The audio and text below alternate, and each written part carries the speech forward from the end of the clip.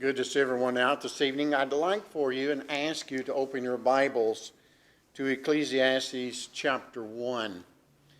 This is going to be my subject for this evening. I do want the elders to know here how grateful I am that they would allow me to come to speak. And also for Josh inviting me. You're blessed to have this young man with you. Blessed to have him wherever he's at.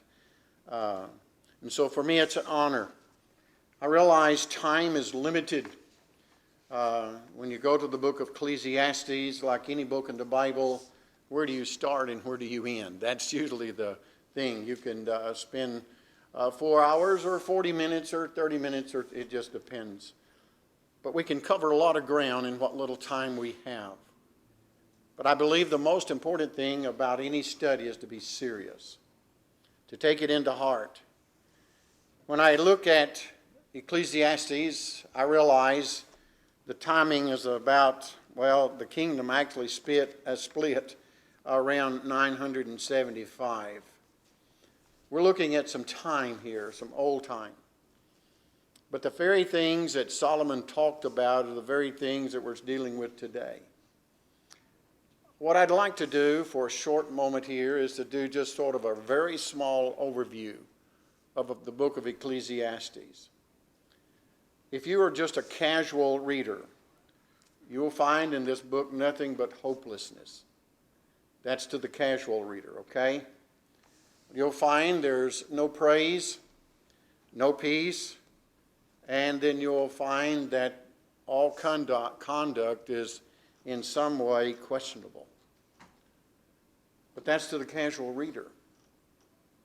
If we do what Paul told Timothy in 2 Timothy 2:15 and truly study, we'll come out of the book of Ecclesiastes very wise. Also in the book of Ecclesiastes, you'll find that God is never mentioned at all. Isn't that amazing? Out of all these chapters, this precious name Lord is not mentioned.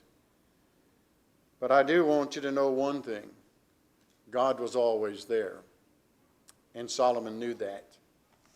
I think it's interesting when we talk about God, we can do many scriptures without even mentioning God. But he's in there.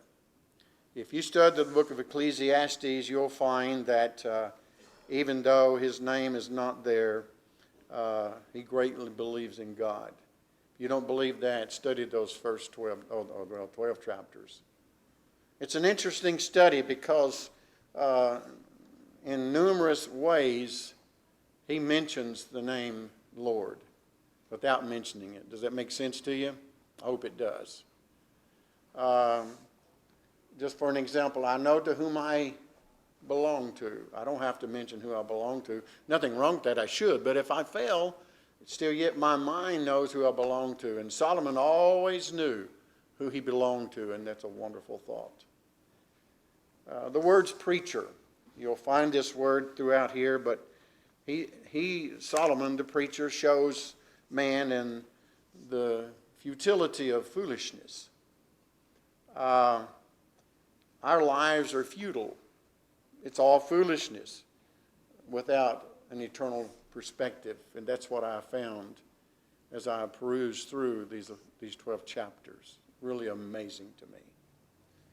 Also, I find as I go through here, we will too, that life has no meaning, really and truly, if it's filled with vanity.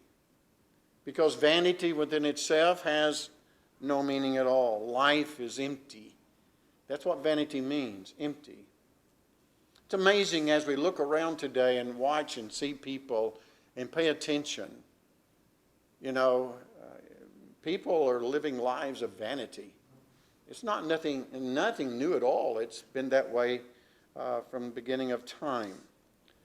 When you think about the phrase vanity and this, looking through the overview of this, or something like it, it's the word vanity I'm talking about. Even though it may not be mentioned directly, it's mentioned indirectly. And so it's very important. As a matter of fact, and I probably missed it, but I counted 30 times to where vanity is either alluded to or mentioned directly. It's pretty powerful. You know, pretty powerful. Over 2 times per chapter, if you were to just take chapters. Over 3 times. You go ahead and you find out it's there. And it's even though it's a short book, but vanity to me as I look through here is actually the theme. But it really has a purpose. And so I find this to be something that's very important.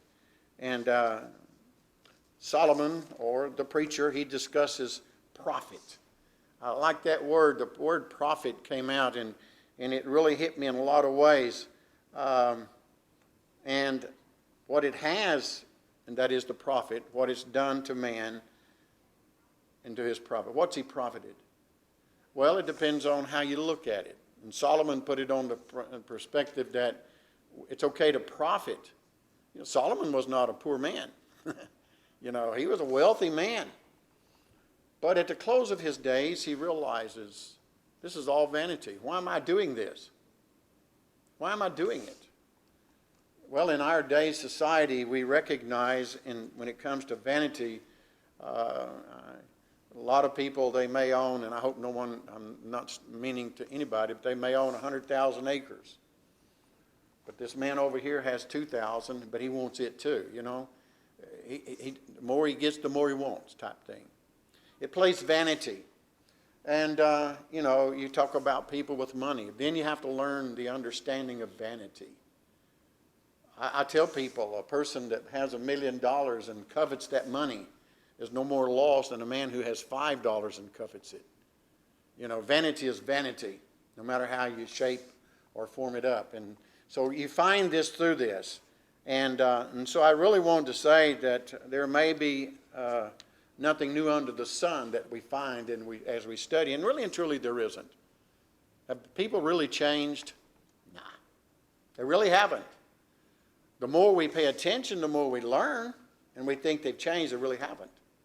And so here he wants us to really listen to him. And while there's nothing new under the sun, we can truly be thankful that Christians really don't live under the sun. We don't. It's like we read in Romans chapter 12 and verse 2. We're not to let the world, and I'm paraphrasing some here, but we aren't to let the world to change us. We're to change the world. But brethren, the sad thing is, we're doing very little changing. Very little changing. And so as I look at this and I realize as I overviewed this, it was really important to me. And I hope it's important to all of us. There's so much I could have said and wanted to say, but I recognize time is a constraint. And as I've said earlier, and I'm going to go back now to Ecclesiastes chapter 1, verses 1 through 11. Again, the word Ecclesiastes had a meaning to it, and the Hebrew means just simply called out. I think that's very important. And we find that in 1 Kings, Solomon, of course, as I said earlier, was a very rich man, very wealthy. I think you have to have been there and done that to be able to speak on it, okay? And he could. And so Solomon, I think he's bored now. I think as he writes this, he's bored. I really believe that. He looks at all that he's got and he looks around and he says, so what? Now what? But again, his whole issue is vanity here. I want to read a verse and then go back and talk about it just for a moment. And this introduction of vanity is seen in the first 2 verses, okay? The words of the preacher, the son of David, king in Jerusalem. Vanity of vanities, saith the preacher. Vanity of vanities, all is vanity. Solomon is simply saying, the preacher speaks from a position of knowledge. And I remember over my lifetime talking to wealthy people. As a matter of fact, I was just talking to a man yesterday, pretty wealthy man. He's been very sick. And he told me, he said, Jim, he said, I'm going to tell you something. He said, I guarantee you one thing. What I have, I don't need. But I worked like crazy all these years to get it. And now I don't know what to do with it. You see, that's vanity. That's emptiness. He's bored.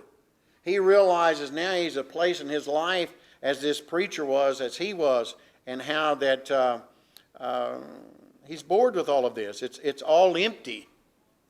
We need to take heed to that, brethren. We really, really do. And so his experiences that he had is simply, as I said a moment ago, I've been there and I've done that. And I'm telling you, it's vanity. I'd rather listen to somebody like that than to listen to someone that doesn't have anything but wants everything. You know what I mean? I want to listen to the wise. I want to listen to those who've been there and done that. And so it's very important that we see this.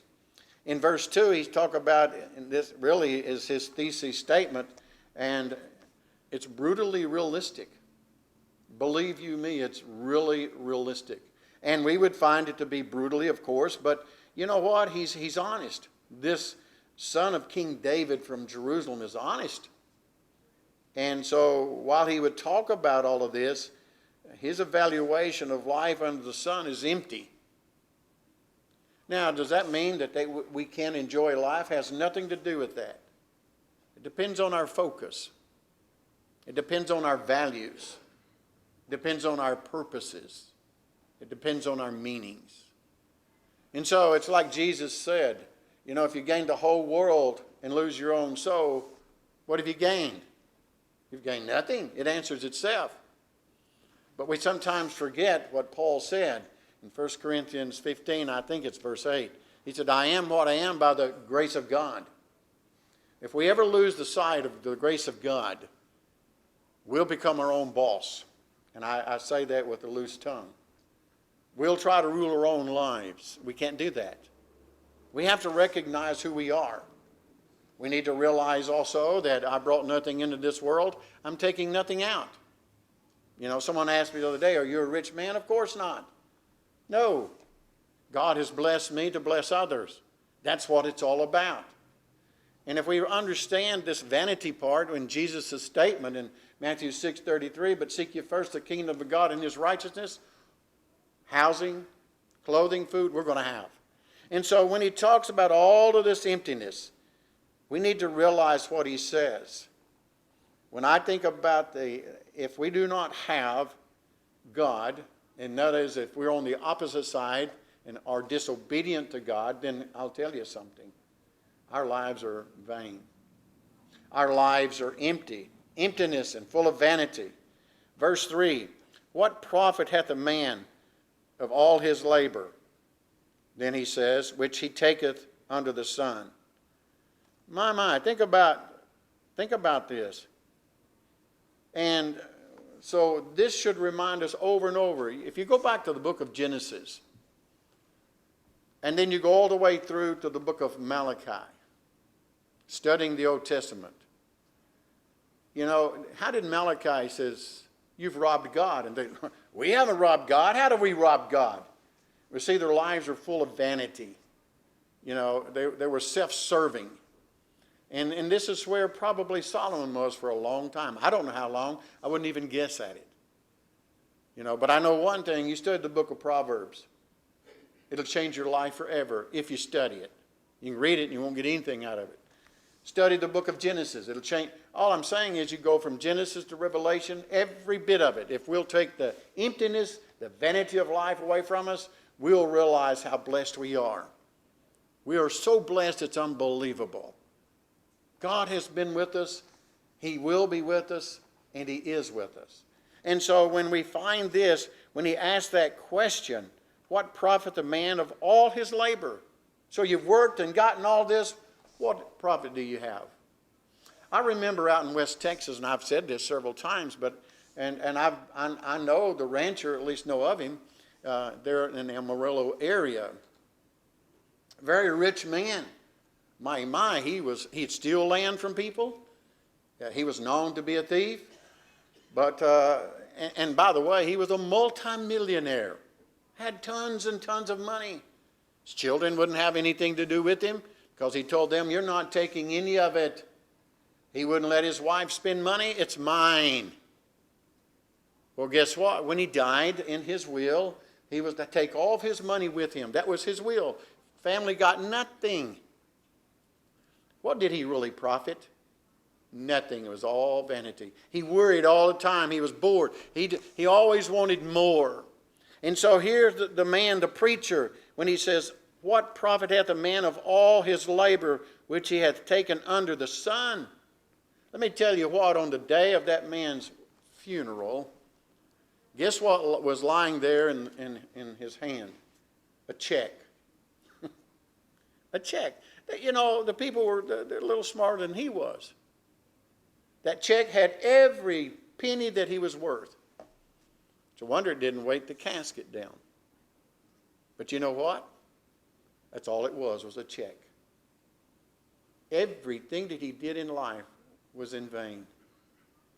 You know, it's like the writer of James tells us, if we offend in one area, we offended in all of it. Boy, did he offend.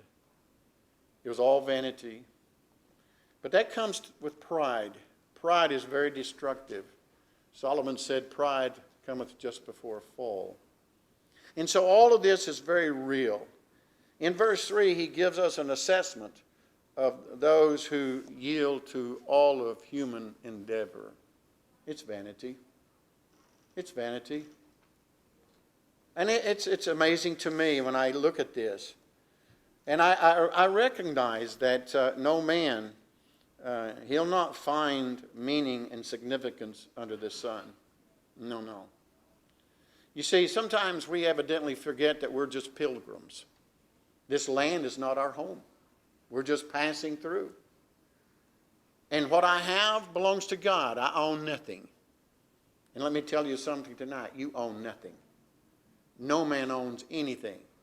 I own my soul. I'll determine where my spirit, my soul will spend eternity based upon my obedience to God and His Word. But vanity will blind me if I'm not careful.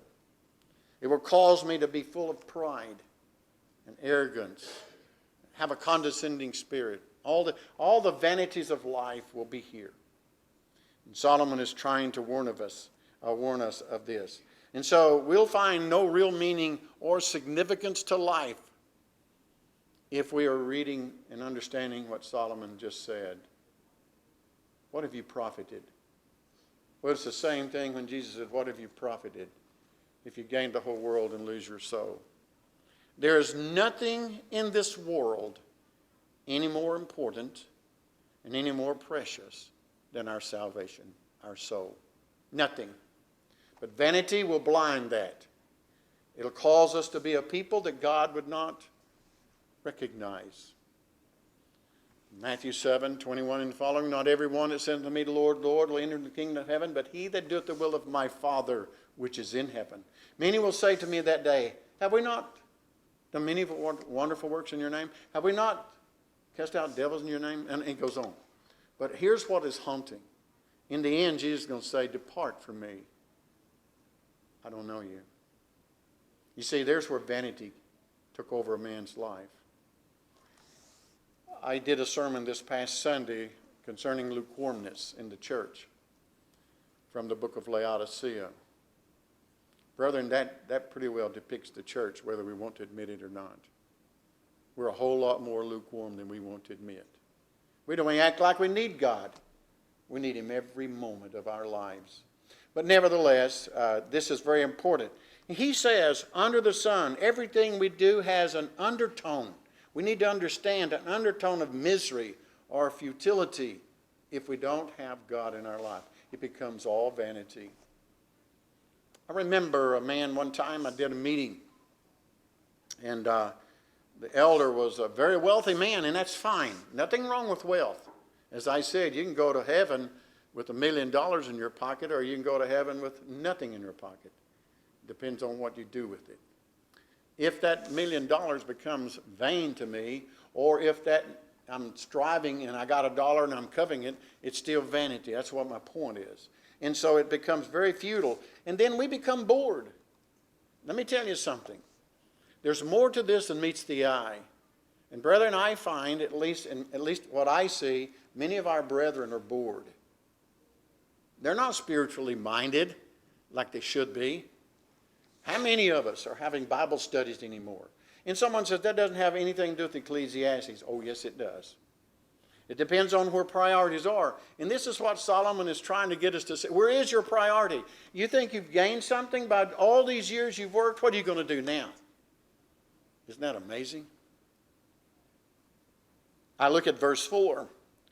One generation passeth away, and another generation cometh, but the earth abideth forever. Isn't that amazing? You know, problems are perpetual. It's nothing new. And he said here, you know, there's nothing new here. And this goes from generation to generation. You know, I remember, I grew up in the 50s and 60s to remember really well. Of course, I remember the 70s, but I was a teenager in the 60s. And I was telling, man, oh man, people are saying the same thing we're saying today. Look at this youth. People haven't changed. The rich back then, they still have the same mindset today as they had back then. It really hasn't changed. And let me tell you why it hasn't changed. Because God really isn't in their lives. If it was, if God was in our lives as we claim He is, we would not be the kind of people that Solomon is talking about here. We wouldn't be. We'd have purpose in life. You know, I've had people tell me, and I'll tell you, Josh, you get there someday, at 72, and I know this brother, I know some here preach. They'll say, why are you still preaching? I want to. I'm not finished, I hope, and God's the, but if I can do something and don't do it, then I'm wrong. You see, things become real vain, real vain. The deal is, the subject is so deep that, man, I wish we, and I'm not knocking Josh at all on this. I know you have to have a time limit. But boy, there's some things here. Woo. Let's go from verses, let's do 5, 6, and 7 together, because he's talking about here the illustrations of vanity. He says, the sun also ariseth, and the sun goeth down, and hasteth to his place where he arose. That's true. The wind goeth toward the south, and turneth about unto the north. It whirleth about continually. And the wind returneth again unto his circuits. All the rivers in the sea. Yet the sea is not full. You know, it's amazing to me. They tell me the world is covered with about 70% of it's 70% water. And, they say, we're running out of water. Well, in some sense we may be in drinking water, but my whole point is this.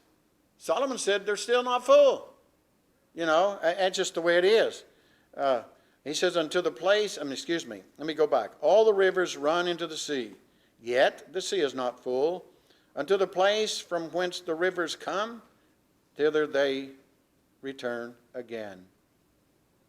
You see, when I look at this, Solomon here speaks of a lack of solution in nature. We try to control and rule nature. You can't do that. I believe in taking care of our earth. Don't get me wrong. I believe we've done a lot of damage, but as far as destroying it, God will take care of that, okay? My point is, we think about futile things instead of things that are important. I love what the brother prayed a moment ago, that our leaders, and boy, are we a split country. This country is in deep, deep, deep trouble because our politicians are simply that. Politicians. Don't mean to get on politics, but what am I saying? They're not leading.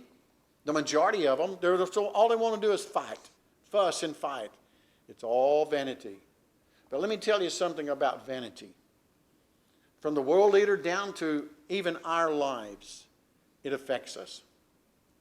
And that's the one thing I believe Solomon wants us to understand.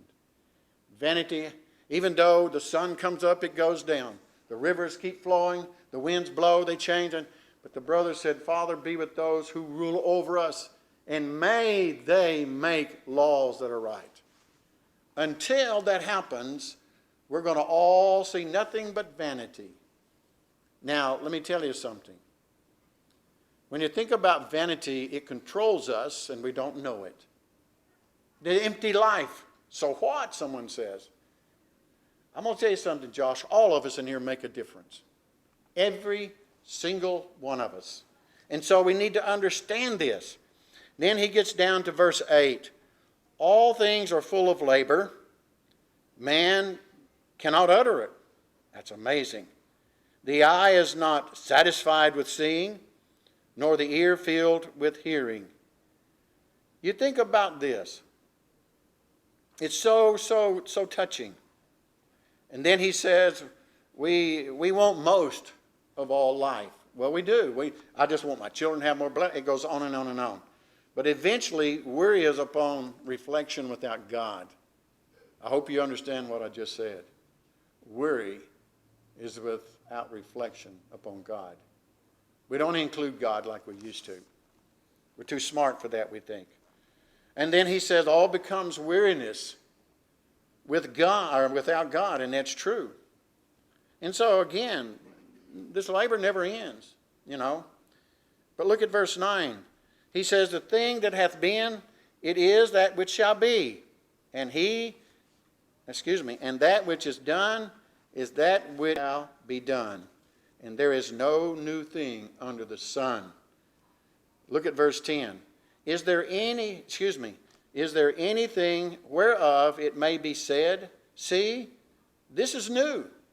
Can you tell me something that's new? No. And that's what he's at. It's a rhetorical question. I think that's a wonderful thing if we will concentrate on that. It hath been already of old time, which was therefore before us. You look at verses 9 and 10, the ultimate meaning of life, and let's understand this, is not found in progress.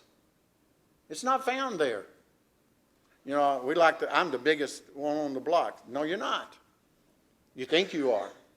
You know, we are what we are by the grace of God. If our focus is right. And so if not, then everything else is vanity. And so Solomon is not against progress here. You cannot get that out of there. But progress is found in God and not in things, okay? That we must remember. And this is what Solomon's trying to say. And I realize my time's really, really close.